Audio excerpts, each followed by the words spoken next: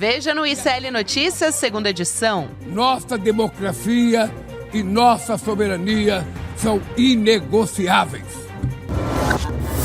Por que choras, Bolsonaro? Trump diz que gostou de Lula. He liked me, I liked him. Cita química entre os dois. We had excellent chemistry. It's a good sign. E anuncia encontro bilateral na semana que vem. We had a good talk and we agreed to meet next week.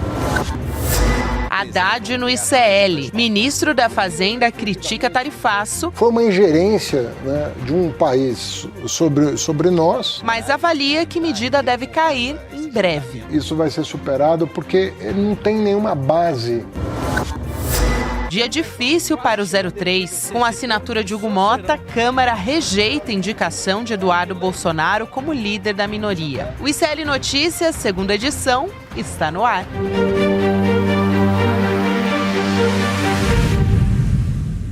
Olá, boa tarde. Seja muito bem-vindo, seja muito bem-vinda. O ICL Notícias, segunda edição, está começando.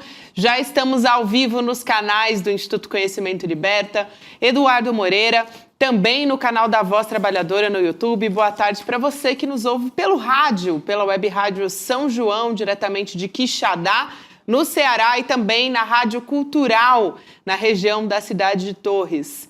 Seja de onde você nos ouve, nos acompanha, chega mais aqui para a nossa mesa redonda nessa terça-feira, dia 23 de setembro de 2025. Já estamos a postos em São Paulo, presencialmente, Chico Sá. Opa! Boa tarde para você. Estamos aqui, boa tarde, Gabi. Olha, a gente sempre abusa dessa coisa, é histórico. Hoje eu vou usar épico. O discurso do Lula na ONU foi épico e os 39 segundos de olho nos olhos do Trump também valeram muito, né? Parece que a coisa começa a mudar, o Lula seduz ali naquele flerte fatal com o Donald Trump e temos o encontro à vista, as coisas começam a mudar. A gente vai conversar com a Heloísa Vilela também, em Brasília, que acompanhou também o discurso do presidente Lula, depois Donald Trump na sequência. Elô, boa tarde para você. Olha, surpreendeu muita gente, né?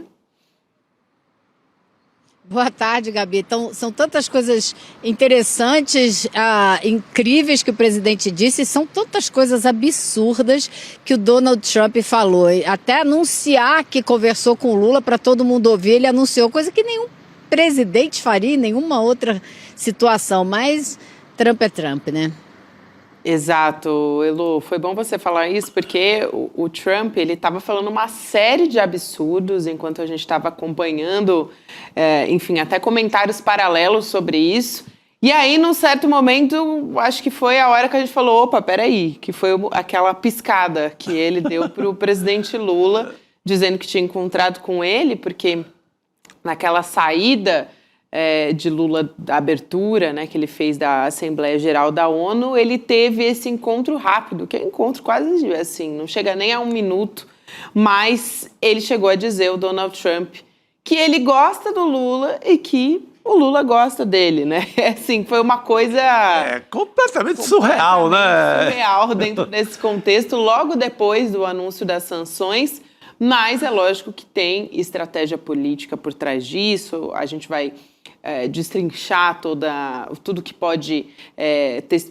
A gente pode colocar várias suposições aqui, tem também as apurações do Jamil Chad a respeito disso. Agora, eu acho que vale a pena a gente trazer esse trecho para conseguir voltar a conversar a respeito disso. Então, vamos dar uma olhada aí no que foi esse tom quase que bem-humorado do Donald Trump. Vamos ver.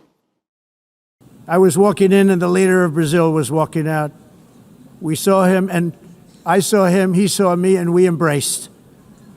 And then I'm saying, can you believe I'm going to be saying this in just 2 minutes? But we actually agreed that we would meet next week. We didn't have much time to talk, like about 20 seconds. They were in retrospect, I'm glad I waited because this thing didn't work out too well. But we did talk. We had a good talk, and we agreed to meet next week, if that's of interest. But he seemed like a very nice man, actually. He liked me, I liked him. But if you, and I only do business with people I like. When I don't like them, I don't like them. but we had, at least for about 39 seconds, we had excellent chemistry. It's a good sign. Então, só para quem está nos acompanhando aqui só por áudio, né, o Trump ele fez aquela descrição de que ele estava entrando no plenário da ONU, o presidente Lula estava saindo, aí ele falou, eu olhei para ele, ele olhou para mim, a gente se abraçou e, na verdade, concordamos que nos encontraríamos na semana que vem. E aí é muito curiosa a cena também, né, Lô? Porque o presidente Lula está ali sentado junto com a primeira-dama do Brasil e o pessoal do Itamaraty, o Mauro Vieira, e alguém dá um toque no presidente Lula, como se estivesse falando, presta atenção, você está vendo o que ele está te citando? Se liga, Lula, que o homem está falando de ti. Começa a prestar atenção, né? Enfim, foi uma coisa bastante inesperada. E aí o Trump diz, ele parece um cara legal, ele gosta de mim, eu gostei dele, e eu só faço negócio com gente que eu gosto. Quando eu não gosto deles, eu não faço. Enfim, por 39 segundos nós tivemos uma ótima química e isso é um bom sinal. Só para passar aqui o discurso completo para quem não estava nos acompanhando por imagem também, Elô. Agora, Gabi, quem é que faz um discurso desse na frente da Assembleia Geral da ONU para contar para todo mundo, eu acabei de abraçar o Lula, a gente vai se encontrar na semana que vem? O que isso tem a ver com o discurso que ele teria que fazer de estadista? Ele está se justificando que ele finalmente falou com um dos presidentes mais importantes do cenário internacional hoje, é isso? Acho que é, né? Porque estava pegando uma hora para ele. Agora, a descrição que o ministro Mauro Vieira fez da cena toda para os jornais americanos foi de que o Trump se aproximou e ele andou em direção ao Lula com a intenção de falar com o Lula. E o Lula, quando chegou perto dele, falou, a gente precisa conversar. E aí rolou essa conversa deles marcarem esse encontro que a diplomacia brasileira está trabalhando já para que seja na semana que vem, via teleconferência ou um telefonema. Não será, segundo desejo da diplomacia brasileira, um encontro pessoal na Casa Branca ou algo do gênero, até porque não vai dar tempo, o presidente tem uma agenda lotada lá em Nova York e vai voltar para o Brasil. Agora, são tantas camadas de absurdo, mas o que vale é que o presidente Lula aproveitou a situação para propor, olha só, está na hora da gente conversar, né? Você não acha, não? E o Trump, claro que deve estar doido para conversar com o Brasil, para resolver o problema do café caro, da carne cara, dos problemas que ele está criando para ele mesmo e outras coisas que ele quer discutir, como muito bem apurou o jornalista Jamil Chad, mostrando que o Trump vai tentar essa aproximação, né, para discutir alguma entrada de empresas americanas na exploração das terras raras brasileiras, porque ele já tem lá um financiamento para que as empresas americanas possam fazer isso. Então esse me parece que é o ponto-chave. Tem também, claro, regulamentação de Big Techs, que eles não querem que aconteça, mas quem viu o discurso do Lula sabe que o Lula falou disso abertamente no plenário da ONU, que tem que regulamentar, que não é possível que exista um mundo fora da lei, que é o mundo das Big Techs. Então, essa parte aí acho que vai ser muito difícil discutir alguma coisa. Ô, Chico, a Elô trouxe um pouco dessa apuração do Jamil Chad e eu acho super importante porque ele traz várias informações de bastidores nessa apuração dele, que está no portal UOL. E aí ele fala de um lobby que está acontecendo por parte do setor privado brasileiro na capital, ali dos Estados Unidos, né? As empresas contrataram escritórios com acesso à Casa Branca para tentar negociar justamente essa aproximação, então ver quais seriam os setores de interesse em comum entre os dois países. A Elô citou também essa questão da tecnologia que vai estar no centro. E é de muito interesse por parte do governo dos Estados Unidos a questão das terras raras, como a Elô disse, porque os Estados Unidos querem concorrer, né, na verdade, superar a concorrência com a China. E aí tem a regulamentação das Big Techs no Brasil, que é um entrave, porque é super importante para o presidente Lula, é uma bandeira do governo desde que, basicamente, o Lula estava em campanha e já falava a respeito disso. E a outra questão, ainda que é colocado, é o que não vai ser discutido de jeito nenhum, né, Lô? Porque a preocupação principal ali, Chico, é que não aconteça um efeito Zelensky, ou então também o presidente da África do Sul, que passou ali por um aperto muito parecido, uma humilhação, né? Uma humilhação, digamos. Exatamente. Humilhação, essa é a palavra. Exato. Gabi, assim, óbvio que a gente sabe que o presidente Lula tem o seu borogodó, tem o seu charme, ele atrai políticos do mundo inteiro. Haja visto a paixão francesa por ele, né, o Macron. Mas o jogo real da vida, o princípio da realidade, é isso que a Elô falou, isso que o Jamil Chad traz. E tem o que não vai estar na pauta. Exatamente. É o jogo de interesse, é o jogo comercial e é um trabalho que o Itamaraty já vem fazendo há muito tempo. O Brasil tenta falar com o Trump desde maio. Há tentativas desde maio. Então, esses 39 segundos ali de puro charme do Lula contam com todo esse trabalho feito até agora. Contam com bateu a realidade na cabeça do Trump, tem sido um desastre de governo, economicamente desastroso, precisa baixar preço de café, precisa baixar preço de vários produtos que só o Brasil tem, precisa da carne brasileira, então bateu o princípio da realidade.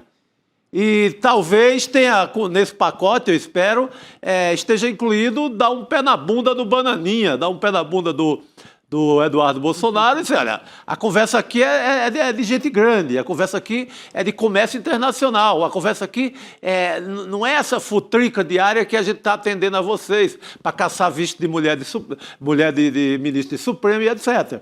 Tomara que tenha sido uma revirada nesse sentido, não é? E que o jogo agora seja de profissionais de dois países que se entendem bem há 200 anos. Espero que seja isso que está na mesa agora.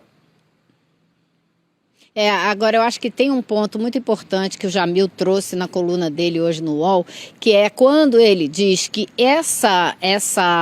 esse encontro não foi fortuito, não foi improvisado, não foi por acaso. Os diplomatas brasileiros foram avisados ontem e hoje de que algo iria acontecer e que esse pessoal, os lobistas que foram contratados pelas empresas brasileiras, é que acertaram isso. O que deixa muito claro o desprezo que Donald Trump tem pela diplomacia. Ele não tem o menor respeito pela diplomacia. Se tivesse, não teria contado isso tudo. Eu ainda estou estarrecida dele ter contado para o plenário todo da ONU que ele ia se encontrar com o Lula, que ele tinha acabado de encontrar. Saiu falando para todo mundo. É uma falta completa de compreensão de como a diplomacia funciona. Agora, fato é que os dois aparentemente vão se encontrar. E eu acho que, claro, a anistia não está na pauta, espero que regulação das Big Techs não esteja. E estou com o deputado Rogério Correia, deputado mineiro, Minas Gerais, estado importantíssimo para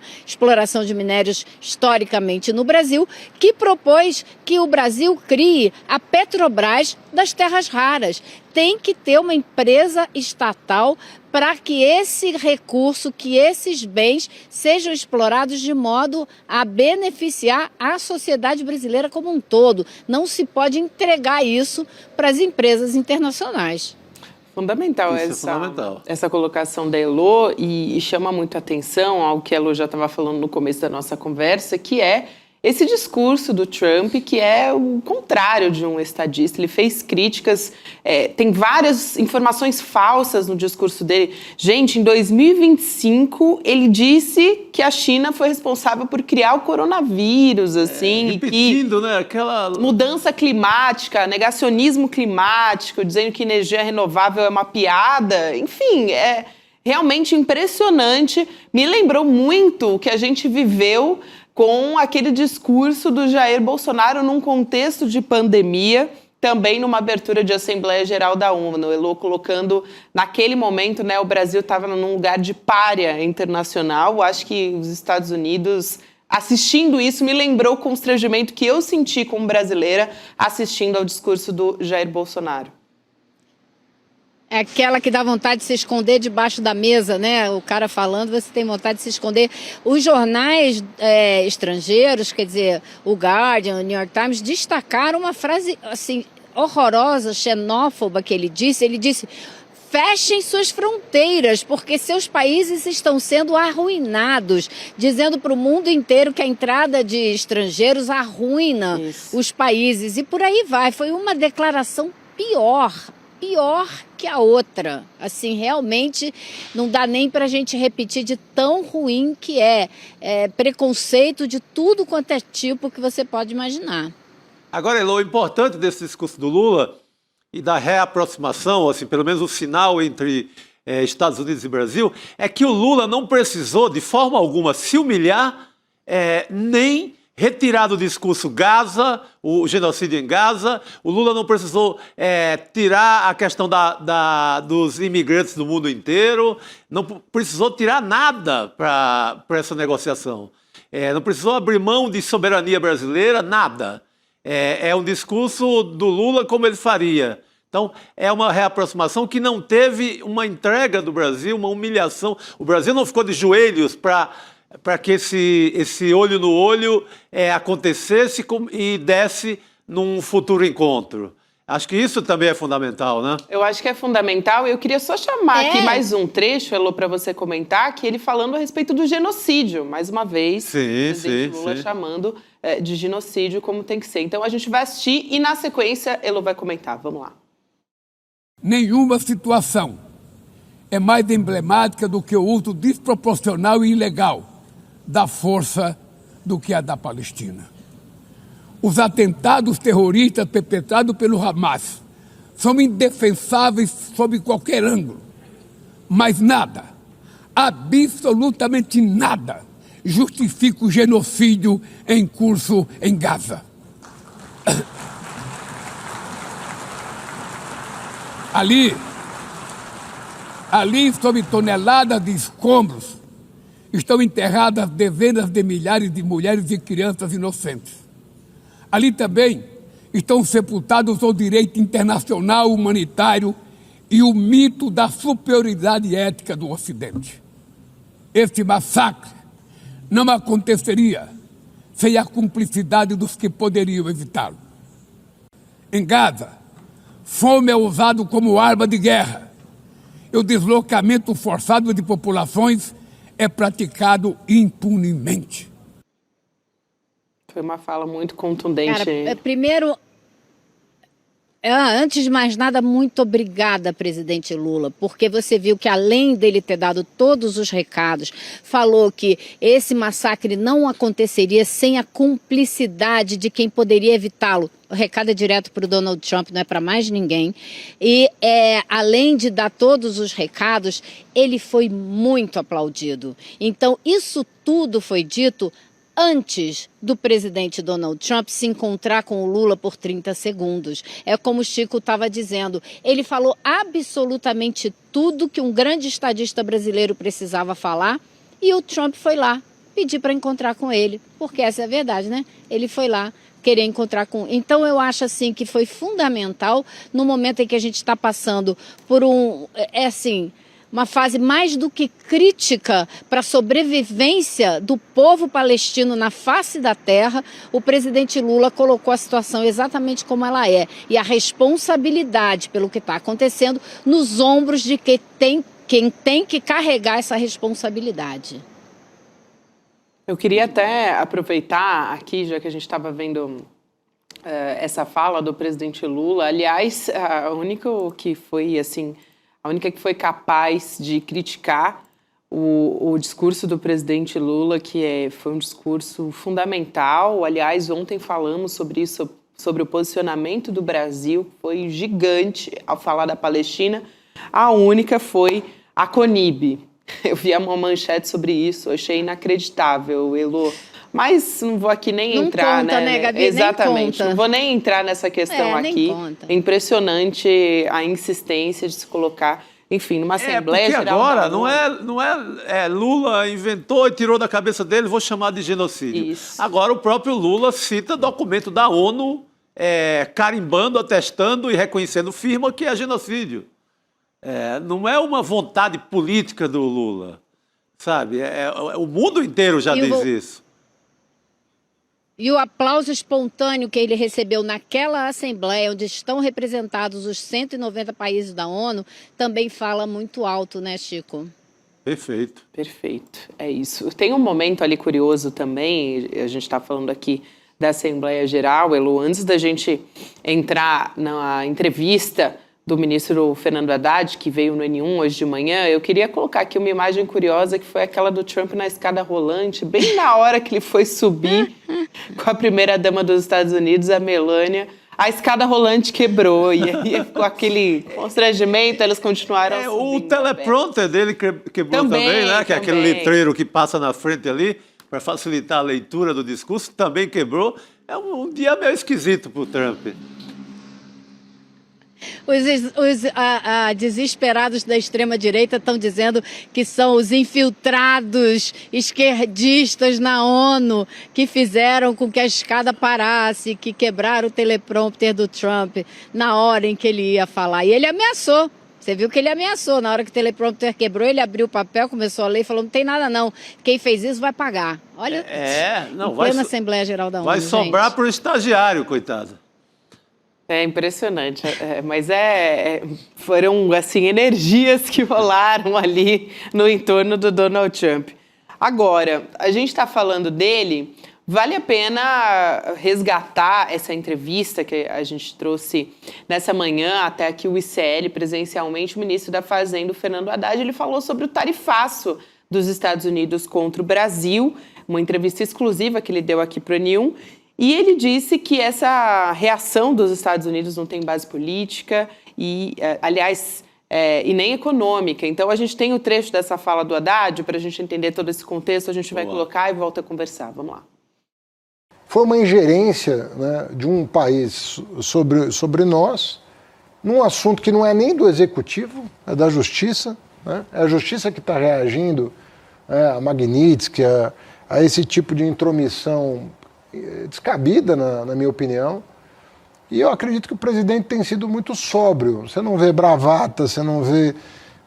o presidente não está usando isso para fazer palanque, né? Como chefe de Estado, está se colocando com muita sobriedade, com muita tranquilidade. O vice-presidente, da mesma forma, né, que conduz as negociações quando existe espaço, né, porque nesse momento estão todos obstruídos.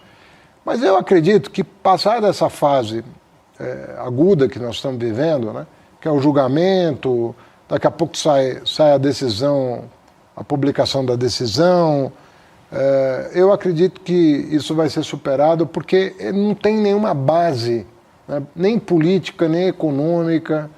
Ela realmente foi uma coisa que só pode estar baseada em desinformação, essa decisão. Não tem outra explicação.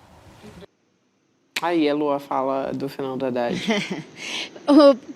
O ministro Haddad é muito, muito camarada, né? Só pode estar baseado em desinformação. Claro que não é desinformação. É intencional, é feito de propósito, não tem nenhuma base econômica, porque o Brasil perde dinheiro na balança comercial com os Estados Unidos. Então, uma ingerência política mesmo para conseguir outros favores, né? Tentar conseguir esses que a gente mencionou. Por exemplo, acesso à exploração de terras raras brasileiras. É isso, são interesses. E agora, estava me passando na cabeça uma outra coisa, né? Você vê como ele dispensa o Trump, ele quer privatizar tudo, né? Ele dispensa o trabalho da diplomacia, ele fechou todos os canais diplomáticos, impediu o Brasil de levar adiante as negociações e foi ouvir quem?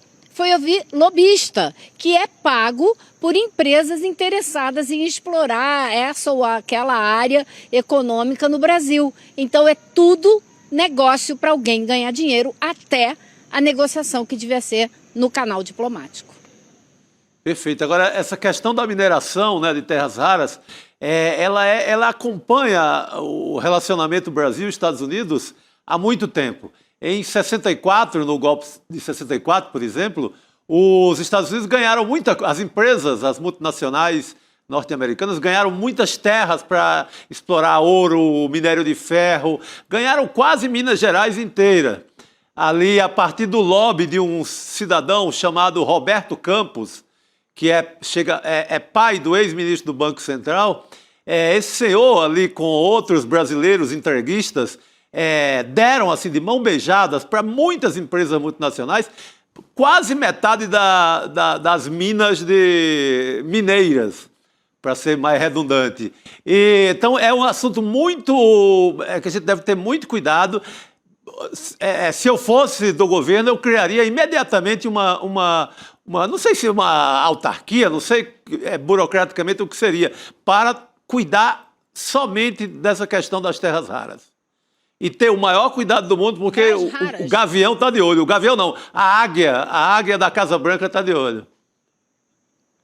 Tá de olho. Brás raras. Vamos criar as brás raras imediatamente. E vamos embora. Sim. Acho que não é à toa que é um deputado de Minas Gerais que está falando disso, porque sabe dessa história, né? Exato. Esse é um assunto importante e a gente vai continuar acompanhando também na semana que vem, porque vai ser tema da discussão, provavelmente, do presidente Lula com o Donald Trump. Por enquanto, é isso que está previsto para acontecer, a gente ainda não tem os detalhes.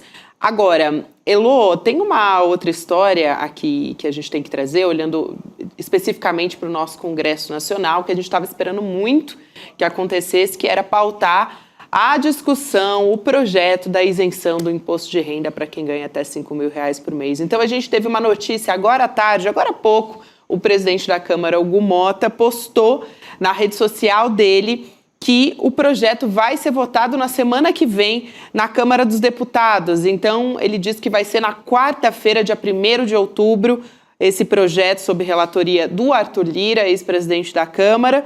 O parlamentar apresentou hoje, diz Hugo Motta, o seu relatório ao Colégio de Líderes. Vamos avançar com equilíbrio e diálogo, trabalhando em pautas importantes para o Brasil. E tem gente que diz que ir para as ruas não resolve nada, né, Lu? Oh, meu Deus, resolve muito. Olha, Gabi, foram muitas peças que se mexeram aí nesse tabuleiro nos últimos dias, né? A gente não pode se esquecer que lá no Senado, considerado arqui-inimigo político do Lira, o senador Renan Calheiros relatou uma proposta na Comissão de Assuntos Econômicos para começar esse trabalho por lá, já que a Câmara estava demorando tanto. E essa proposta foi apresentada hoje, era para ter sido votada na comissão, mas um deputado do PL pediu vistas e ele, que é presidente da comissão, deu 24 horas de vistas para ele. Você quer vista? Tá bom, você tem 24 horas aí para analisar, amanhã de manhã a gente volta. Eu falei com o senador Renan Calheiros, ele me disse, amanhã às 9 horas, compareça, porque a gente vai votar. 9 horas não, 11 horas. Aí, o que aconteceu? De tarde, o Arthur Lira disse agora, a proposta foi aprovada, eu conversei isso com vocês ontem aqui, né? Ela foi aprovada por unanimidade na comissão especial que analisou a proposta. Então, ela estava mais do que pronta há tempos para ser votada. Mas aí a gente teve esse sustinho que veio do Senado, a gente teve aquele sustão que veio das ruas do país inteiro.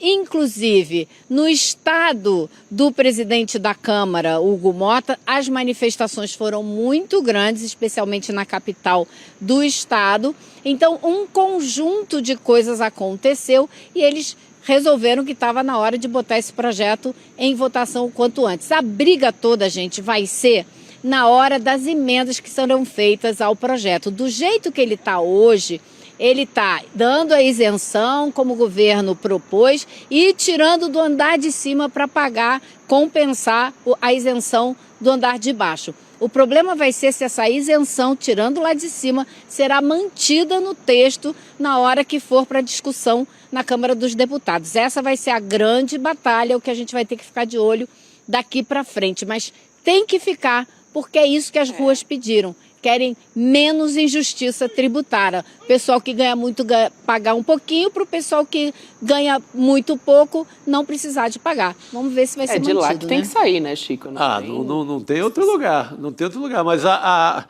Elô falou das manifestações na Paraíba, foram muito fortes. João Pessoa, Campina Grande e no quintal da família do Hugo Motta, lá em Patos, no sertão da Paraíba. Lá, o lugar onde ele tira os votos foi tomado por uma grande manifestação. E um cartaz predominou, era Paraíba, não reeleja Hugo Motta.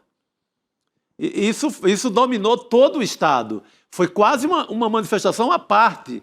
Tinha, óbvio, o motivo era a PEC da bandidagem, mas a Paraíba dedicou-se assim, metade da manifestação para esse tema. Paraíba não reeleja Hugo Mota. Então ele sentiu. A gente vai continuar acompanhando essa história. Lu Vilela, que estava aqui junto com a gente. Querida, a gente vai te liberar aí em Brasília. A gente se vê amanhã. Valeu. A gente espera que com novidades boas por aí. Um beijo. Boa noite, Lu. Alô, pessoal. Boa noite. Até. Vamos chamar Rodrigo Viana também, trazendo mais informações pra gente. Exato, Gabi. Boa tarde. Dessa ida do presidente Lula lá para a Assembleia Geral da ONU, parece que vai voltar trazendo novidades aqui, né? Lula Day em Nova York, bolsonaristas com a cabeça confusa, porque o Trump elogiou o Lula. Fazendo uma ginástica retórica para justificar o que o Trump fez ali. E o Eduardo Bolsonaro e a direita num dia ruim para eles, demais, hein? Porque Eduardo Bolsonaro vai ter que se explicar para o Xandão, está sendo citado aí, né, na denúncia. O caso dele foi mandado para o Conselho de Ética, então só tem notícia ruim para o Eduardo Bolsonaro e do lado do governo uma retomada da ofensiva, Gabi. E acabou de chegar a notícia, que nós vamos dar agora aqui para o nosso público, no N2, de que o presidente Lula deve trazer de Nova York uma novidade para o governo dele. A nomeação de Guilherme Boulos para o ministério. Algo que estava sendo comentado desde o começo do ano, do primeiro semestre. O Lula adiou um pouco. O Guilherme Boulos pode ir para a Secretaria-Geral da Presidência, no lugar do Márcio Macedo, que é do PT, e que sairia para concorrer a deputado por Sergipe. E o Guilherme Boulos assumiria com a tarefa, e isso também eu acho que é um fruto das ruas de domingo, o Boulos assumiria com a tarefa de conectar ainda mais as pautas do governo e a Frente Democrática com as ruas, com os jovens, com os movimentos sociais. O Boulos, a turma dele no PSOL, a Frente Povo Sem Medo, tiveram um papel importante na convocação dessas manifestações. Não é que o PT, a CUT e os outros tenham ficado contra, não, mas o Boulos insistiu bastante. Fez aquela primeira no 7 de setembro, no dia dos bolsonaristas, ele insistiu para fazer uma. Então, acho que tudo isso está contando, e o Lula viu o resultado da rua forte, como é que isso ajuda o governo dele, e está levando o Boulos, então, ou pelo menos é a informação que vem de bastidor, de que na volta da ONU, o Lula deve nomear o Boulos para o ministério, e aí o Boulos não sairia candidato a deputado. Esse seria o acerto. Ele fica no governo e não sai a deputado e fica com o Lula, contando com uma reeleição do Lula. Então, essa é a notícia. O Boulos vem com a missão, né, Chico, de reanimar a base já olhando para 2026. Olha, o Boulos tem feito um esforço tremendo de mobilização.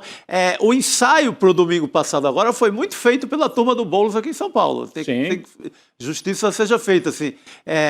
Ele está com um projeto de cozinhas solidárias na periferia de São Paulo inteiro, está com um poder de mobilização bom. Eu acho que é uma escolha importante. Eu acho que uma boa mexida conecta mais direto com a rua.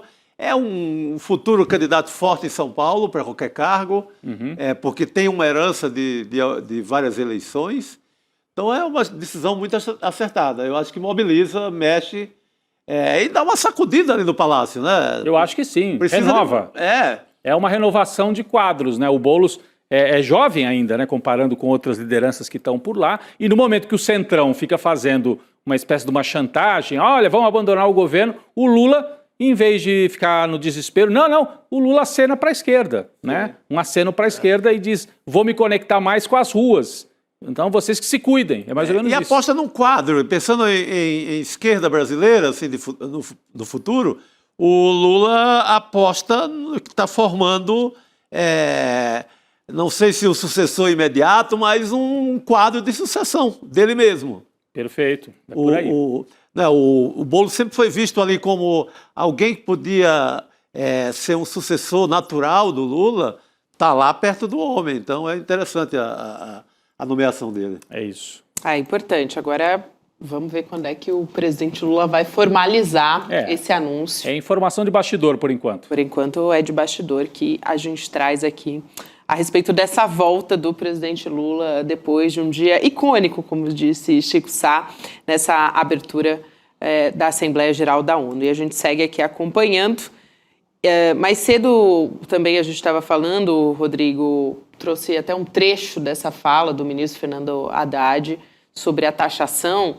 Ele também falou sobre a reforma do imposto de renda. Foi uma das perguntas aqui que os nossos jornalistas fizeram para o ministro da Fazenda. Super importante, né? Como essa ferramenta para diminuir a desigualdade social. Falamos com a Elo a respeito disso. Agora há pouco o Hugo Mota disse que vai pautar a história da isenção. E aí a gente vê que o Haddad estava bem informado. A hora que a gente vê a resposta que ele dá para o Edu, para a nossa equipe, aqui nesse estúdio, sentado aqui, onde nós estamos, ele fala, vai ser pautado. Vamos ver o Haddad falar. Eu não vou dizer. Vamos lá.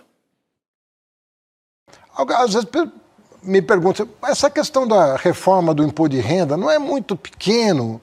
30 bilhões que deixam de ser pagos pelo quem ganha até 5 mil, 30 bilhões que os super ricos vão passar a pagar e não pagam nada.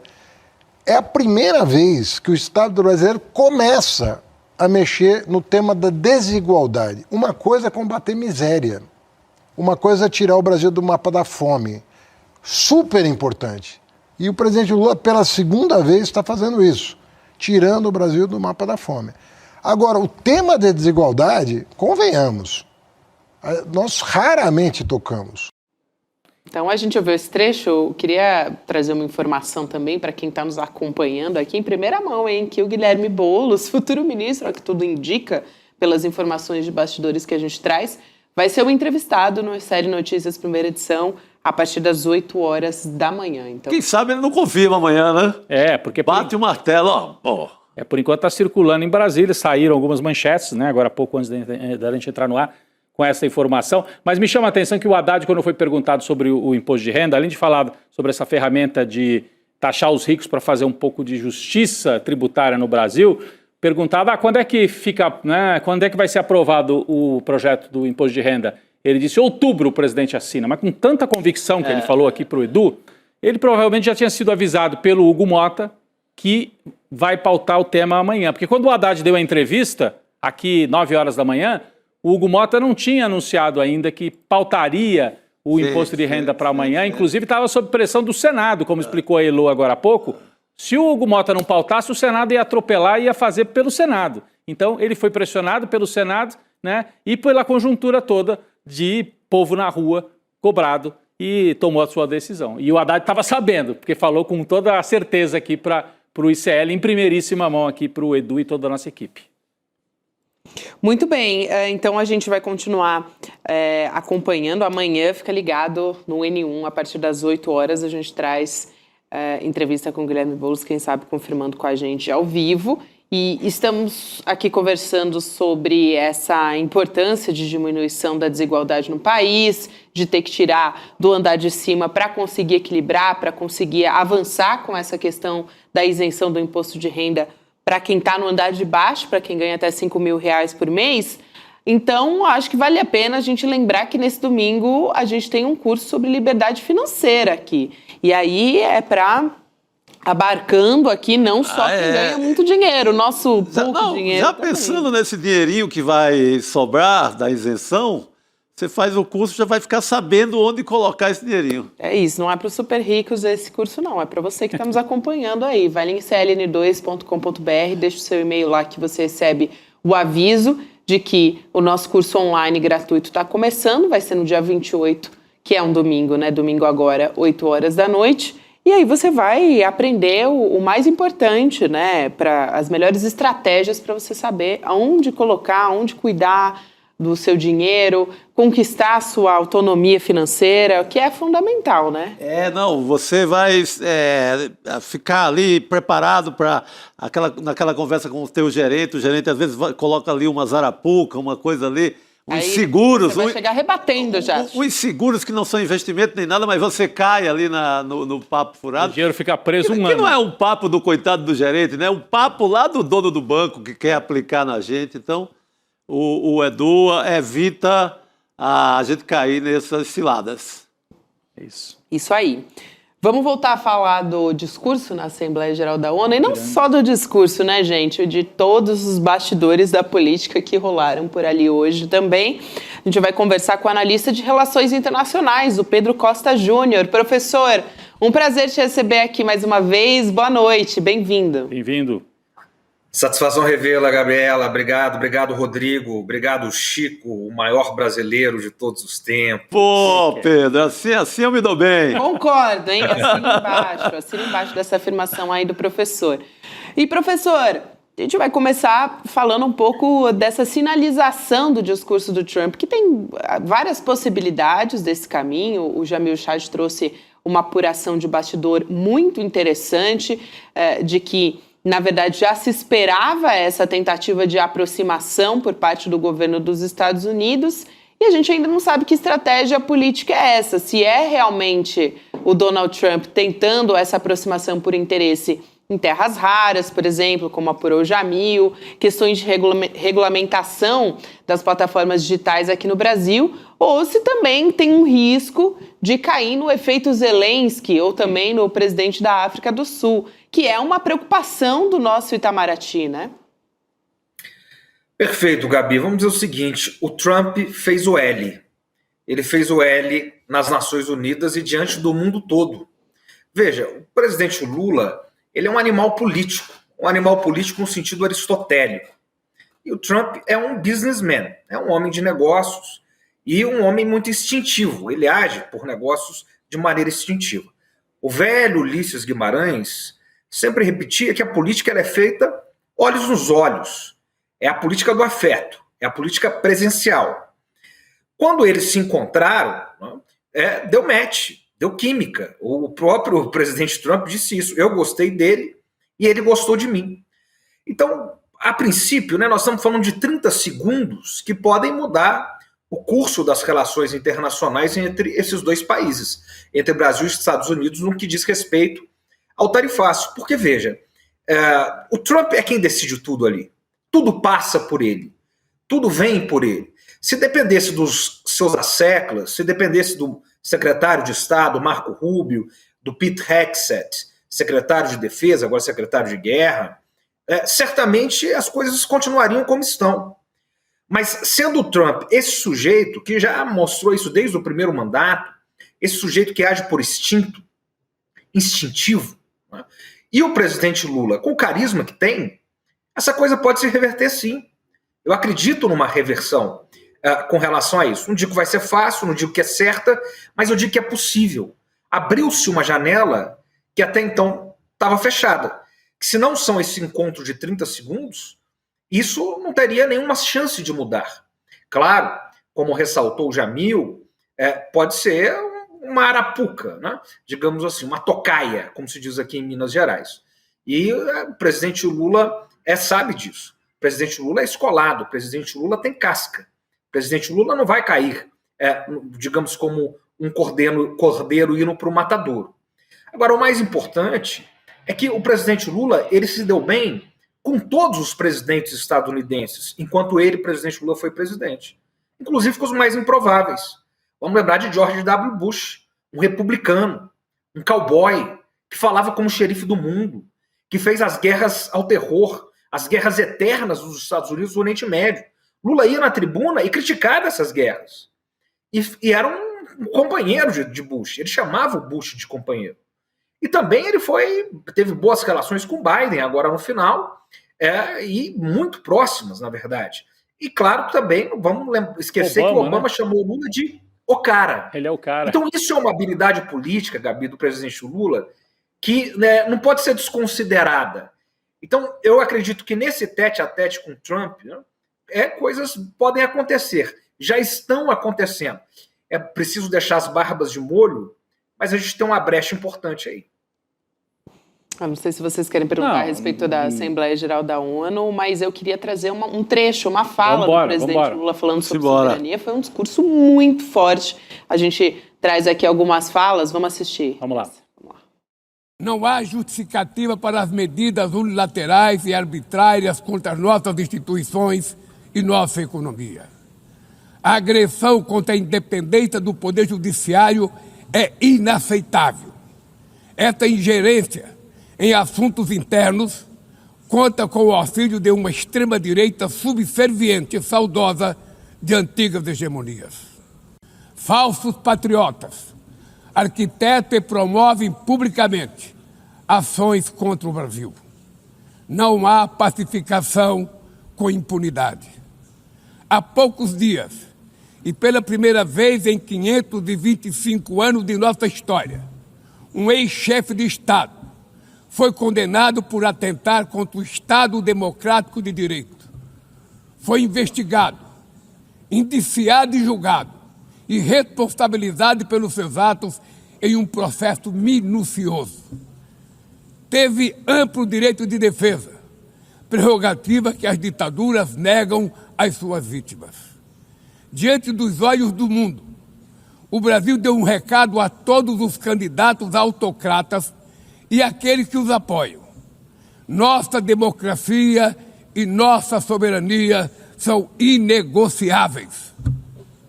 Seguiremos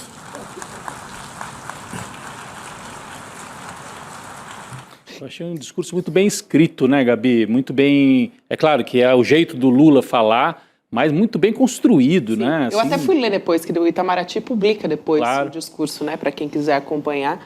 E é realmente muito bem construído. Eu achei curioso. Cuidadoso, né? Diz tudo, mas diz com muito cuidado. E sem citar os nomes, né? Não citou Bolsonaro nem Trump, né?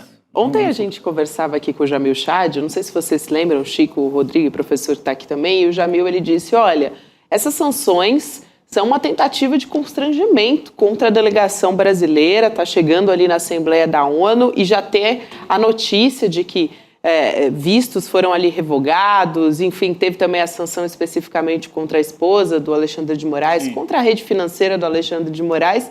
Agora, eu imagino que Donald Trump assistindo a esse discurso também gerou um certo constrangimento, né? Porque é uma fala, assim, de um estadista. Foi E o discurso que vem depois do Donald Trump é, assim, é tão vazio, enfim, críticas a países, mentiras, tem fake news, é carregado de tanta coisa que gerou um constrangimento realmente, Rodrigo. Agora, professor, eu vi como muita importância assim, o fato do Lula não precisou em momento algum amaciar em nenhum tema. Falou lá da Venezuela, de Cuba, do genocídio de Gaza, óbvio, com todo o discurso cuidadoso, discurso assim, com a pena do Itamaraty ali funcionando, mas em momento algum abre mão de temas que antes a imprensa brasileira grita, falou da Venezuela, falou de Cuba. Ele meteu a boca ali e acabou falando de tudo que queria, né? Perfeito, Chico. O Lula fez um discurso de estadista, como foi dito aí.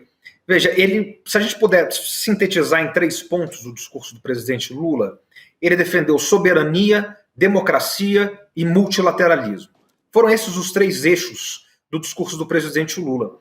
Exatamente por ele ser tão contundente na defesa da soberania, da democracia, como disse o Rodrigo, né, ele ataca o presidente Trump e ataca Bolsonaro sem citar o nome. Né? Ataca, na verdade, se defendendo. Né?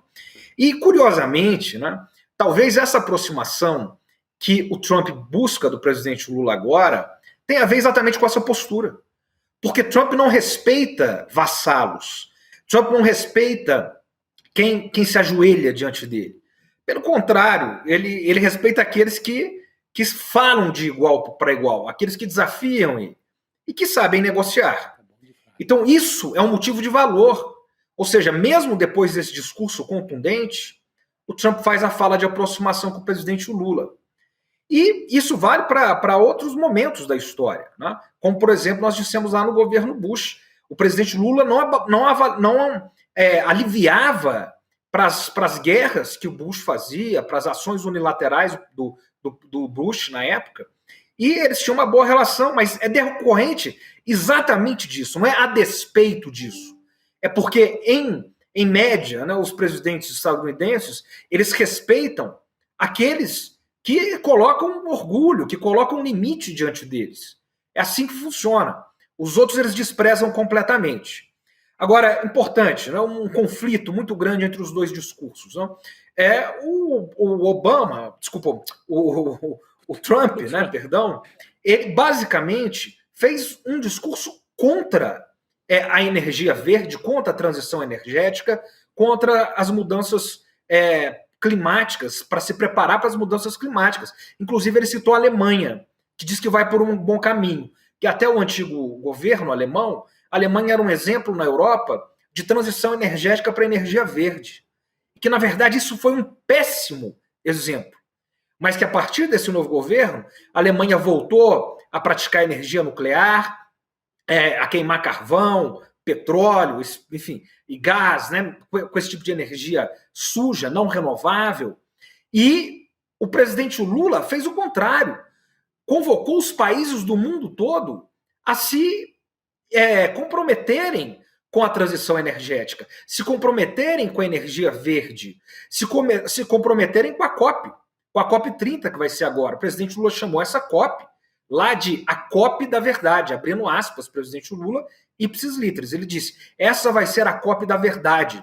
Ele assumiu o compromisso do Brasil em redução de gás carbônico, disse as metas do Brasil, disse que em Belém o reflorestamento, né, a destruição da floresta foi reduzida pela metade nos últimos 2 anos, ou seja, colocou o Brasil como um exemplo na transição energética, as metas que o Brasil tem, e disse mais, e disse agora os países desenvolvidos, eles têm que se comprometer com aquilo que eles prometeram nos acordos de Paris. Esse é o ponto.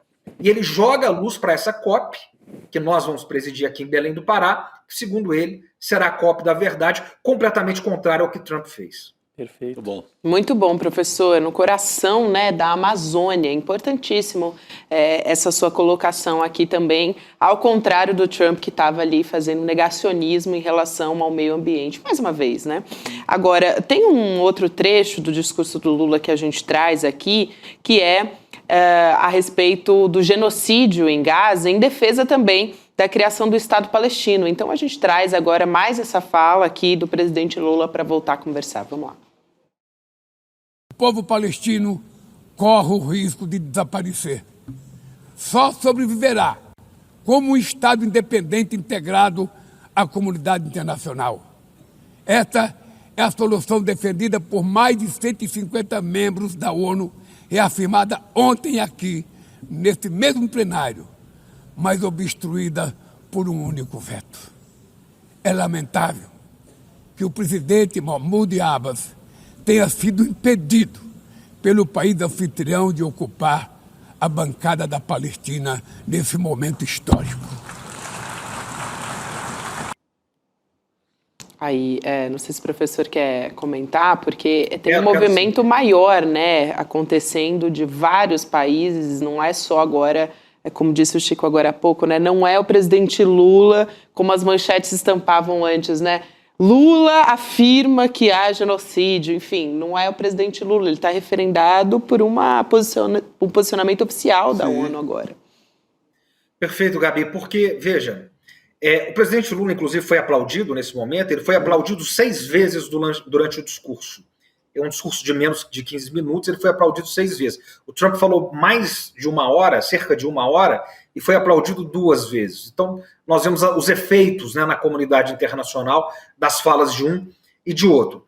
Com relação ao Estado palestino, é muito importante porque o Lula criticou que os Estados Unidos não forneceram passaporte para o representante da Palestina, da autoridade palestina, que foi convidado para estar lá, num momento decisivo. Porque, veja, esse é o momento em que os principais aliados, ou o principal aliado dos Estados Unidos no mundo, dos Estados Unidos e de Israel, reconhece o Estado palestino. Nós estamos falando do Reino Unido. O Reino Unido é o grande aliado de Israel. E o principal aliado dos Estados Unidos no sistema internacional junto com Israel. O Reino Unido é a antiga metrópole. Tem ligações umbilicais com os Estados Unidos. E decidiu se colocar contra os Estados Unidos e contra Israel ao assumir o Estado palestino.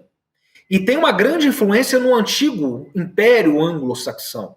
Ao fazer isso, também o Canadá, de língua inglesa, e a Austrália reconheceram juntos com o Reino Unido a autoridade palestina, o governo palestino, como um país soberano, a Palestina como um país soberano.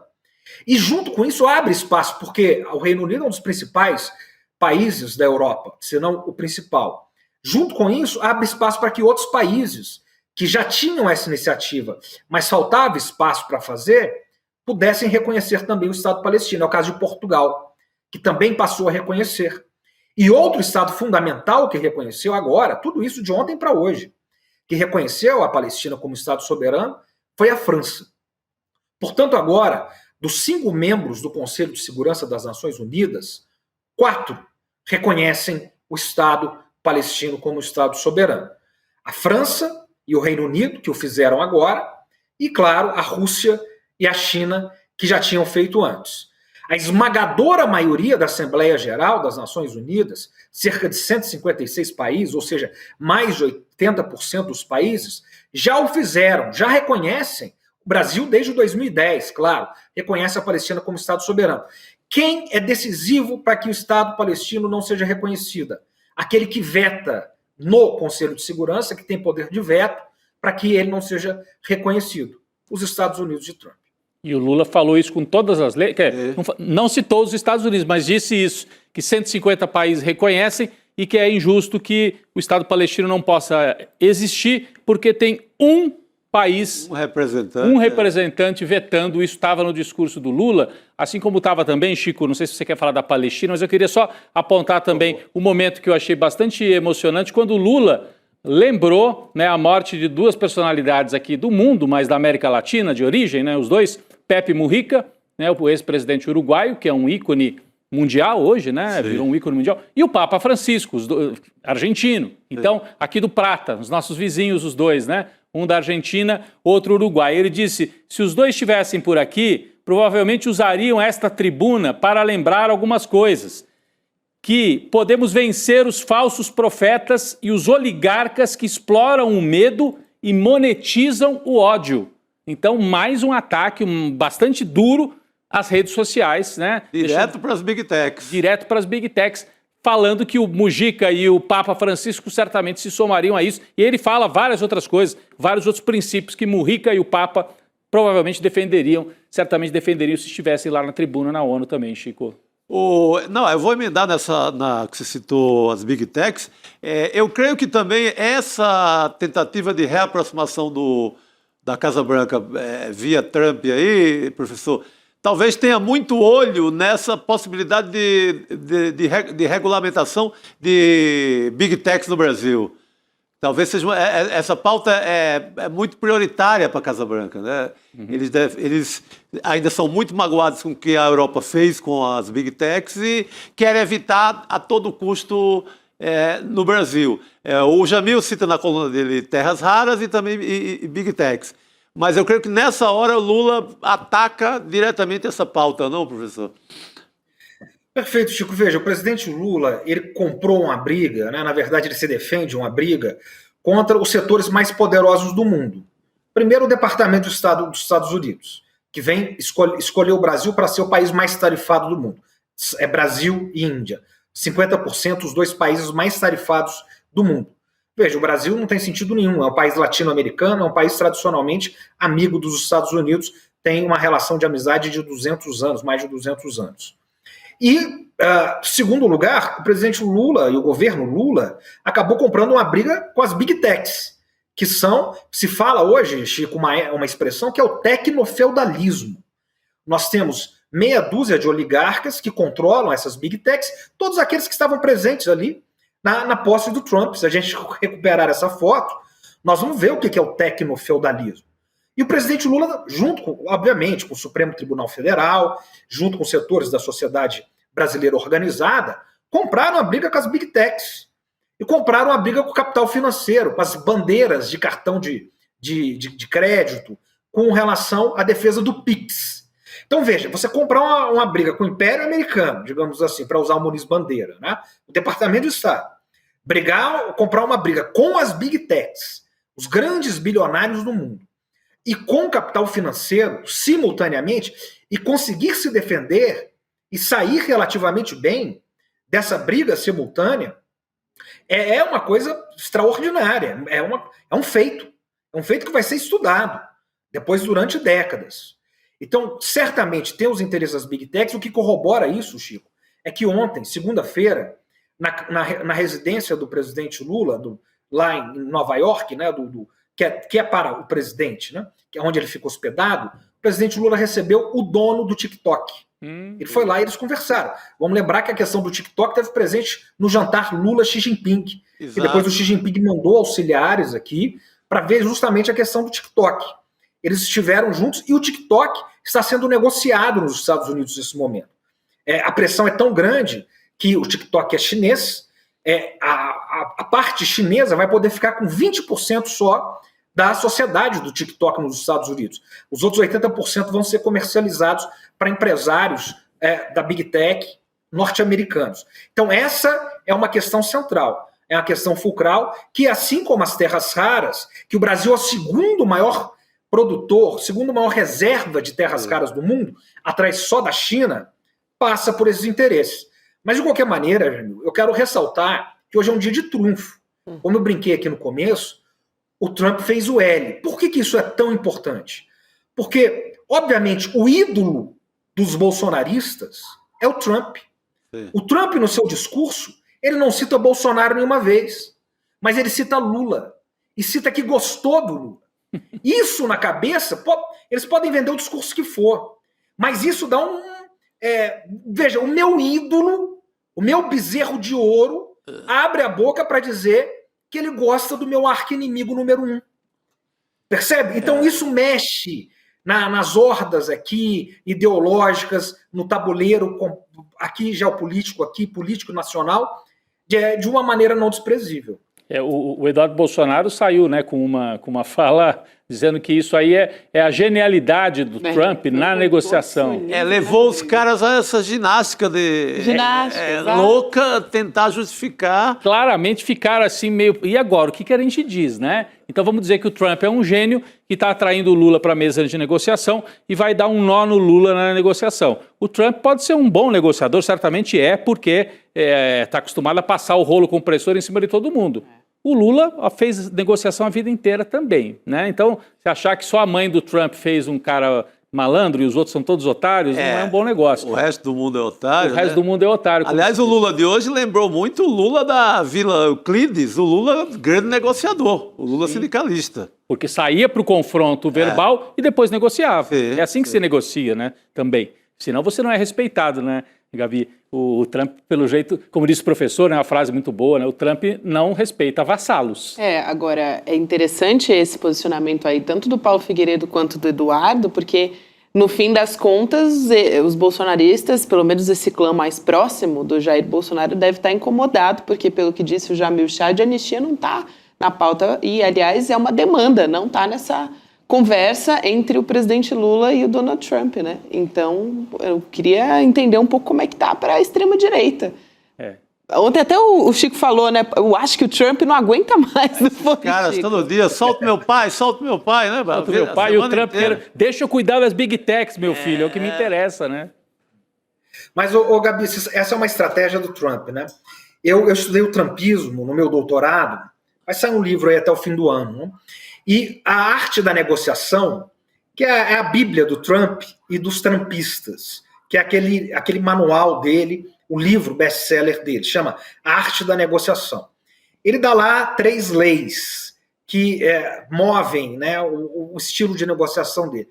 A segunda lei é sempre declare vitória, não importa o que acontecer. Então veja, quando o Bolsonaro for preso, se ele for preso de fato, quando ele for preso, se a gente tiver a imagem dele indo algemado para Papuda, o Paulo Figueiredo e o Eduardo Bolsonaro vão cantar vitória. Eles vão dizer, agora sim vai vir a intervenção dos Estados Unidos. Agora a Quinta Frota vai baixar aqui no Brasil. Essa é uma tática. Verdade. Mas nós não podemos nos mover, como diria Machado de Assis, né? Nós precisamos tirar o véu. Nós precisamos ver o que está por trás. Nós não podemos ver a esfera da aparência, tem que ver a esfera da essência. E na esfera da essência, as ordens bolsonaristas, elas estão frustradas até a última célula do corpo, até a alma. Os memes que estão circulando de Bolsonaro sendo abandonado e Trump amando Lula nesse momento, isso não é pouca coisa, porque toda a estrutura de pensamento ideológica, de afetos deles, passam por Bolsonaro é o nosso ídolo incondicional. Quem é o ídolo do nosso ídolo? Donald Trump. nosso ídolo maior, aquele que nós usamos o boné, aquele que nós batemos continência. E ele, nesse momento, diz que gosta do nosso arquirrival. Então, nenhuma declaração de vitória, que é previsível, que sempre vai vir do lado deles, pode quebrar essa dissonância cognitiva, como diz o João César Castro e Rocha, que há agora. Ele não poderia ter feito isso. Quando é que ele elogiou publicamente o Bolsonaro? Quando é que ele falou, mesmo quando era presidente Bolsonaro, nas Nações Unidas? Ele humilhou o Bolsonaro naquele encontro que houve, que o Bolsonaro esperou ele 40 minutos no corredor para dizer Trump, I love you. E o Trump virou as costas, ignorou solenemente. Agora que ele acha um presidente que enfrenta ele, que bate de igual, respeitosamente, ele vai e abraça. E diz que tem química. Então, tudo isso agora, tá certo? Provoca uma espécie de El Ninho nessas hordas bolsonaristas. Isso está acontecendo. Perfeito. Professor, muito bom aqui contar com a sua excelente análise, aliás, as suas excelentes análises, né? O professor trouxe aqui vários aspectos que talvez a gente não tivesse olhado ainda. Muito obrigada, um prazer. Até a próxima. Muito obrigado. Obrigado, Gabi, Rodrigo, Chico. Sempre um prazer estar com vocês. Tchau, tchau. Ainda mais num dia tão importante nas relações internacionais, né? Um dia realmente marcante para a gente aqui. Mas foi realmente aqui muito interessante os pontos que trouxe o professor Pedro Costa Júnior. E eu quero aqui chamar a atenção para você continuar com a gente depois do ICL Notícias segunda edição, hein, gente? Porque precisamos conversar, tem vários assuntos interessantes nessa pauta. Tem o 0,01% mais rico do Brasil no novo livro do Michel Coforado, Coisa de Rico. Eu tô curiosíssima. O livro é muito bom. Para ler esse livro, né? hein, Chico? O livro é muito bom, porque não fica só na economia, nem nas estatísticas, etc., da desigualdade do Brasil. É um retrato ali, é alguém infiltrado mesmo no mundo dos ricos. Comportamental, né? Também. Ele chega a dizer, em certo momento, tenho pena, tenho dó dos ricos. Não, mas é muito irônico. Tem dó no sentido que eles sofrem muito em alguns momentos de escolha, se uma BMW ou uma Lamborghini. Mas o livro é muito irônico e assim, é um mergulho como nunca. E o autor, ele tem conhecimento tanto acadêmico, é motivo de tese acadêmica dele, como é um grande cronista, assim. Que legal. Tô com vontade de ler. A gente tem poucos estudos no Brasil, tem muitos mergulhos, né? Até porque eles não dão muito acesso. Não é? Nesse universo aí, onde a gente sequer entra, a gente nem passa na calçada. É isso mesmo. É isso aí. Também tem outros assuntos relacionados às nossas redes sociais, como é que a gente se comporta nas redes, sobre ostentação, e tem sobre a polêmica de que os signos do zodíaco estariam 2000 anos desatualizados. Parem as rotativas, eu diria antigamente. Por favor. Parem as rotativas. Se você é de câncer, você pode ser de gêmeos. De jeito nenhum, eu não aceito. Agora eu perdi tantos amores por conta disso. Fazendo a tabelinha ali. Agora que vão atualizar, agora que não dá mais tempo. Eu não aceito ser de gêmeos, de jeito nenhum. Essa conversa aqui eu me recuso, eu não acredito. Agora, você fica aí ligado, na sequência a gente vai conversar com a Juliana Baroni, com a Açucena Márcia Tiburi e a Sara Zara também vão estar lá esperando por você. E entra no grupo também do Zap para receber as atualizações, icl.com.br/precisamos conversar. Vamos voltar a falar de política. Hoje teve muita movimentação em decorrência ainda das manifestações de domingo. Também teve o discurso do presidente Lula na Assembleia Geral da ONU. Teve essa novidade em relação ao posicionamento do Donald Trump. A gente vai conversar com o Luiz Costa Pinto. É o nosso colunista agora do ICL Notícias segunda edição. Semana passada teve a estreia e ele está voltando hoje. Boa noite, Lula.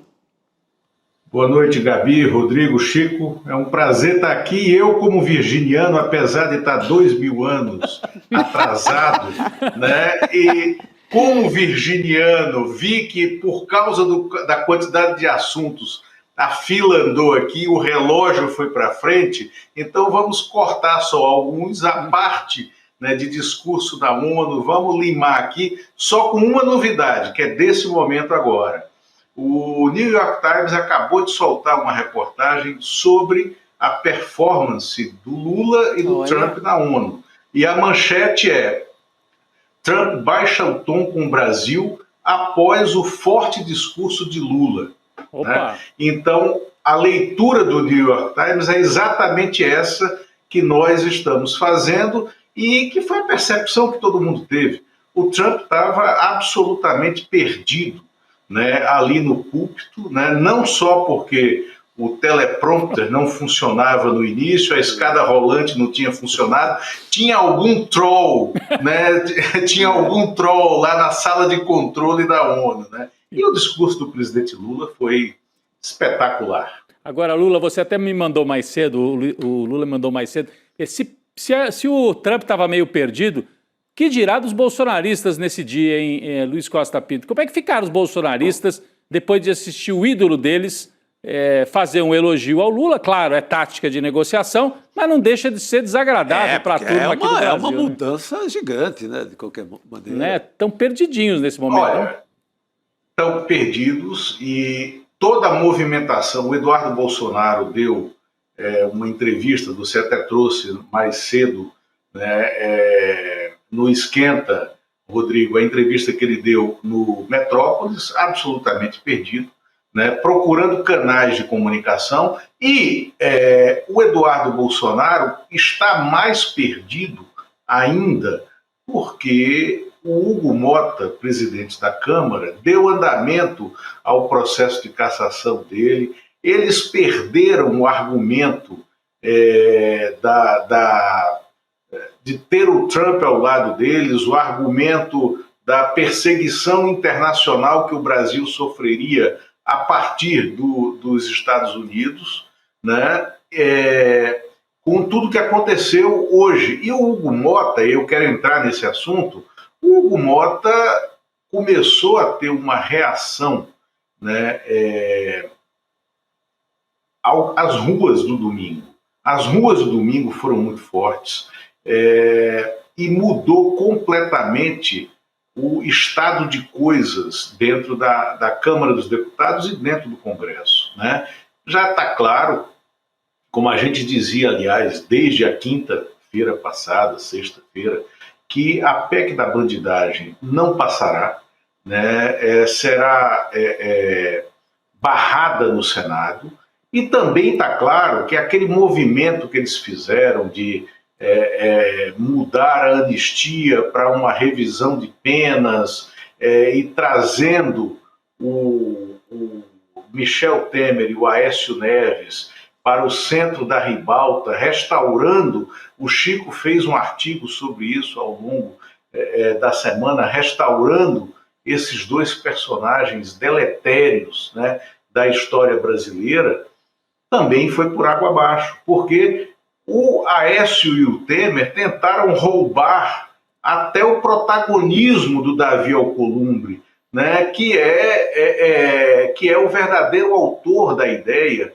dessa negociação de alguma redução de pena, né, mas não de anistia, sem nenhuma pretensão de falar de dosimetria, né, mas manter regime fechado para o início do cumprimento da pena do Bolsonaro, do Braga Neto, do Augusto Heleno e de tantos outros, né? Então, eu acho que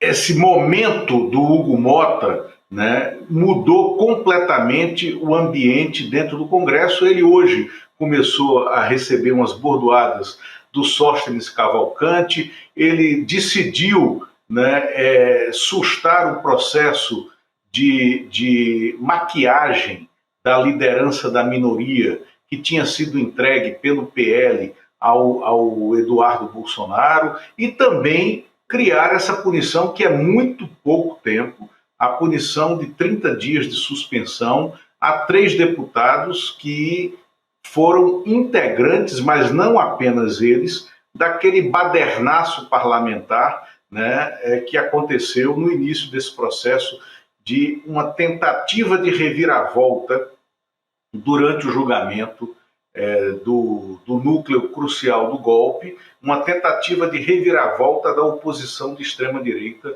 no Congresso Nacional. O Lula, já vou passar para a Gabi, mas o Lula já emendou com o assunto seguinte aqui, quer dizer, se os bolsonaristas estão com a cabeça um pouquinho confusa diante do que aconteceu em Nova York, O Hugo Mota botou o pé no acelerador e falou, opa, as nuvens mudaram, vamos para o outro lado, né? Porque no mesmo dia... Eu ia até perguntar ao Lula se isso é um marco, assim, se agora temos um outro Hugo Mota, de certo sentido, se ele sentiu, ele está sintonizado com esses novos ventos.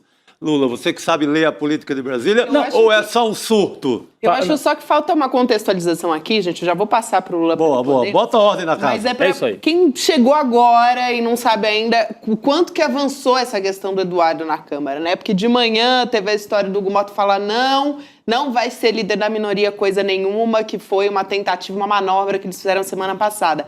Agora, à tarde, o Conselho de Ética da Câmara dos Deputados instaurou esse processo pedindo a cassação do Eduardo, de fato, pelos ataques ali ao Supremo também, e também as ameaças às eleições de 2026, no caso, né? Já olhando para o futuro. E esse é o processo, é o primeiro processo instaurado contra o Eduardo lá na Câmara. Só que o Eduardo Bolsonaro, ele tem outras representações contra ele, mas, de fato, essa representação é a primeira vez que está acontecendo. Então, são essas duas coisas. E o terceiro ponto, em vez de fazer a anistia andar, como queria o Centrão, o Hugo Mota faz o projeto do imposto de renda andar. Pula na frente do imposto de renda. Eu acho que isso foi a rua, talvez, mas isso que o Chico perguntou. Mas obrigado, Gabi, por trazer a contextualização. Boa, e agora a gente coloca a Lula poder jogo de novo. explicar aí pra gente. E aí, exatamente, são dois, assim, existe o processo de perda de mandato por faltas, que esse corre na mesa e não precisa de conselho de ética, e ele está andando na hora que o presidente da Câmara não reconhece a liderança do Eduardo Bolsonaro, e o processo de cassação no conselho de ética, que hoje andou de maneira até surpreendente, mas é uma resposta a tudo isso que está acontecendo, andou de maneira surpreendente porque o presidente do conselho de ética, que é bolsonarista, que era aliado do Eduardo, ele deixou a sessão andar. E na próxima sessão do Conselho de Ética será escolhido por voto secreto o relator. Hoje foi retirada a lista tríplice. E os candidatos a relator são dois de esquerda, a Duda Salabert, um deputado do PSOL, e um deputado bolsonarista, né, se eu não me engano, do PL. Um bolsonarista. Vai que cai ou nesse deputado do PSOL, na Duda Salabert, será fantástico e absolutamente inesperado para eles. Mas o que está acontecendo com o Hugo Mota? Vocês até trouxeram aí a reação, os protestos, impactos, que é a cidade natal dele. O Hugo Mota está o Hugo Mota não tem tamanho para ocupar esse cargo. O Hugo Mota é afiliado político e é uma espécie de laranja, né, no exercício do cargo, tanto do Arthur Lira quanto do Eduardo Cunha, né, e ele despertou como se tivesse acordado. Não sei se vocês viram, e também quem nos assiste, tem uma série interessantíssima na Globoplay, né, que é dirigida pelo Heitor Dália, nosso amigo também, Chico Sá, né, que se chama O Jogo que Mudou a História. Sim, é sobre o encontro ocasional do início da Falange Vermelha, né, na Ilha das Cobras, com militantes de esquerda. Sim. E no primeiro episódio tem uma cena, não. O primeiro episódio é fortíssimo, é duríssimo, né? E mostra um preso que fica vagando entre uma ala e outra, e ele toma uma surra, né, do pessoal da Falange Vermelha, né? Toma uma surra que ele não sabe para onde vai, termina esse episódio decapitado, ele fica transitando entre as duas alas, a mais ideológica e a ala bandida. É esse personagem que está cabendo no Hugo Mota hoje. Né? Muito bom. Ele está absolutamente perdido ali e terminará decapitado. Né? Ele perdeu o poder, ele perdeu o controle, ele perdeu o timão da Câmara dos Deputados e está tentando recuperar a agenda. E o que a Gabi falou aí mais cedo sobre a votação do imposto de renda, da isenção para quem ganha até R$5.000 e outros detalhes do imposto de renda, O senador Renan Calheiros foi perfeito hoje. Foi ele que fez no Senado a pauta da Câmara andar com Arthur Lira, né? Então, foi exatamente isso que aconteceu, né? E o Hugo Mota, que é, novamente, um afilhado político do Arthur Lira, ele não sabe para onde vai nesse processo. Tanto que ele está restaurando, tá? Para poder justificar a cassação do Eduardo Bolsonaro por faltas. Sabe que as duas primeiras cassações do Congresso, cassações de mandatos do Congresso, depois da ditadura militar, ocorreram em 1989. Foram cassados os deputados Felipe Scheide e Mário Buchardet, todos dois do PMDB, por falta. O Felipe Scheide, em 1989, ele faltou a 62 de 65 sessões, sem nenhuma justificativa. E o Mário Buchardet faltou a todas as sessões de 1989.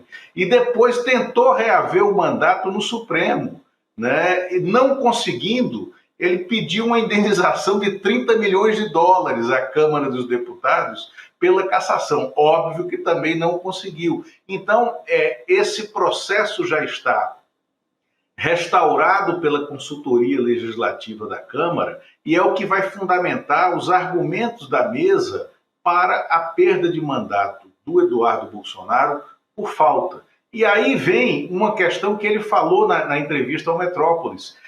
Querem me dar uma cassação para que eu tenha uma decisão colegiada e não possa ser candidato a presidente em 2026.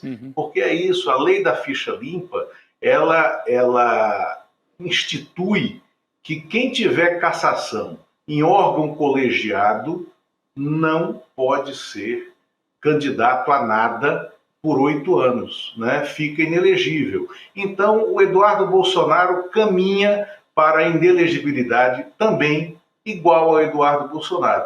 E aí, fora da Câmara, ele vai responder pelos processos que ele tem contra ele no Supremo.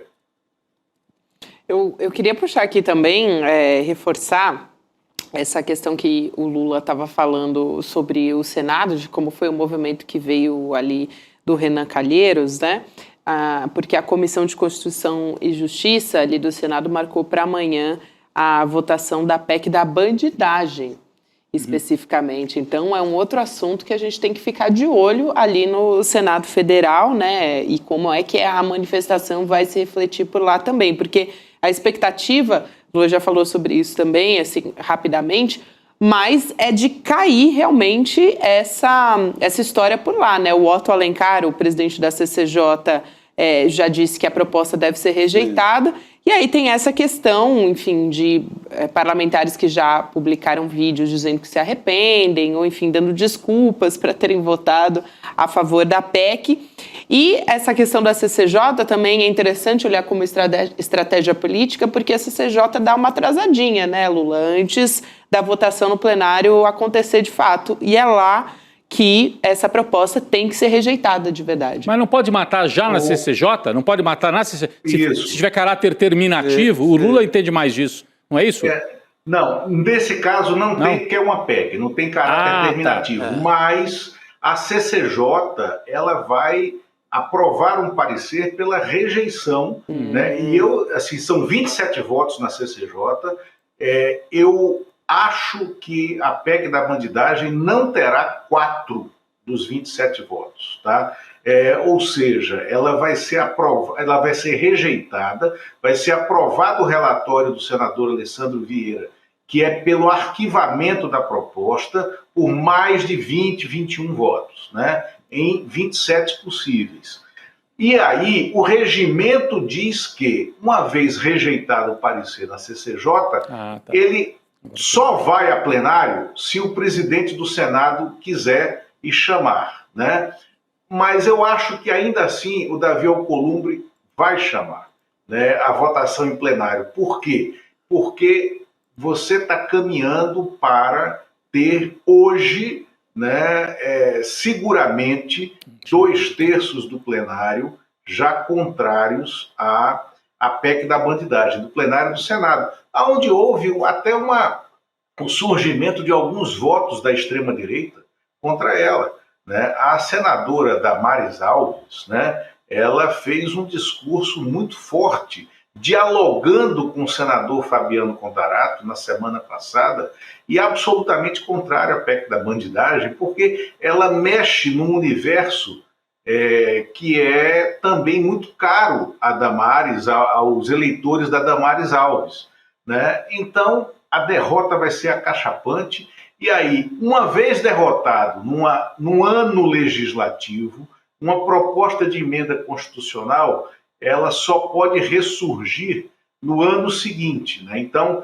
pelo menos até fevereiro, esse assunto estará absolutamente morto, sepultado da PEC da bandidagem. E eu duvido que em ano eleitoral, pelo volume das ruas de domingo, né, ele ressurja. Não ressurgirá. Então a gente vai, assim, galgando degrau a degrau, trabalhando por uma nova, na instituição de uma nova ordem civil no país, né? Dá muito trabalho, a gente poderia estar muito mais à frente, mas é isso que temos e é dessa forma que estamos reagindo. Muito bom. Isso aí, é bom ter alguém experiente como aqui, porque ele dá, assim, tintim por tintim do que a gente pode esperar dessa votação. Lula, muito obrigada, querida. É um prazer ter você aqui com a gente semanalmente. Lula. Valeu. Obrigado, Gabi, Rodrigo, Chico. É um prazer estar aqui com vocês. Valeu, meu caro. Valeu. Não, Gabi, então no mesmo dia, né, quer dizer, na mesma semana, aliás, você tem Eduardo Bolsonaro cada vez mais enrolado, né, para perder o mandato. Você tem provavelmente a PEC da bandidagem ou da blindagem sendo derrotada no Senado Federal, é o que todo mundo espera, e você tem o projeto do imposto de renda sendo pautado na Câmara dos Deputados, podendo finalmente avançar. Então, como eu disse aqui na segunda-feira o Eduardo Moreira, o jogo virou, né? O jogo virou e foi muito rápido, né? Tá se consolidando. O Sérgio Moro ainda tentou restaurar a PEC da bandidagem hoje, mas também sem menor chance. Acho que vai ser atropelado pela realidade. Eu acho que a PEC da bandidagem tá que nem aquele meme do caixão, sabe? Eu acho que ela tá... O meme do caixão. Ela tá encaminhando pra isso, com aquela musiquinha, né? A dança do caixão. E aí você fala em caixão, eu me lembro também da anistia e do Temer, tentando também ressuscitar, tentando ressurgir da tumba, ou das catacumbas, mas parece que essa também está derrotada. Ah, essa Deus. Essa aí, pelo menos essa do Temer, com o Paulinho e o Aécio, né? A anistia light, como eles estavam querendo fazer colar, não colou de jeito nenhum. Depois daquele vídeo com aquela não cortina tinha muito como dar certo aquele vídeo, né? Não, aquele também é um meme. É um pacto sinistro. É o pacto sinistro pela anistia. Meu Deus o pacto sinistro. Dá um bom time. O vampirão voltou. E derrotou a própria anistia. Mas agora a gente vai ter o Precisamos Conversar na sequência. Você continua aqui com a gente no ICL. E depois tem também o Espiritualidade, não é isso? Também com o Frei Davi. Vem logo depois do Precisamos Conversar. Então continua aqui junto com a gente. Amanhã, claro, estaremos de volta com novidades de Brasília e do mundo também. Rodrigo, Chico, bom estar com vocês aqui. Valeu, Gabi. Muito bom, Gabi. Meus amigos. Obrigado demais. Até amanhã, pessoal. Boa noite para todo mundo. Você morre de medo de fazer um investimento que não seja a caderneta de poupança ou o CDB do seu banco? Que bom! Que bom, claro, porque o medo é uma coisa que protege a gente. E enquanto você não adquirir o conhecimento que você precisa ter, fique com o teu medo, para não cair em nenhuma dessas roubadas que estão o tempo inteiro sendo oferecidas na internet. O que eu venho te dar hoje é um presente. No dia 28 de setembro, um domingo, às 8 horas da noite, eu vou dar uma aula para te ensinar todo o básico de finanças e investimentos de uma maneira muito simples. O Guia da Liberdade Financeira. Domingo, dia 28, às 8 horas da noite.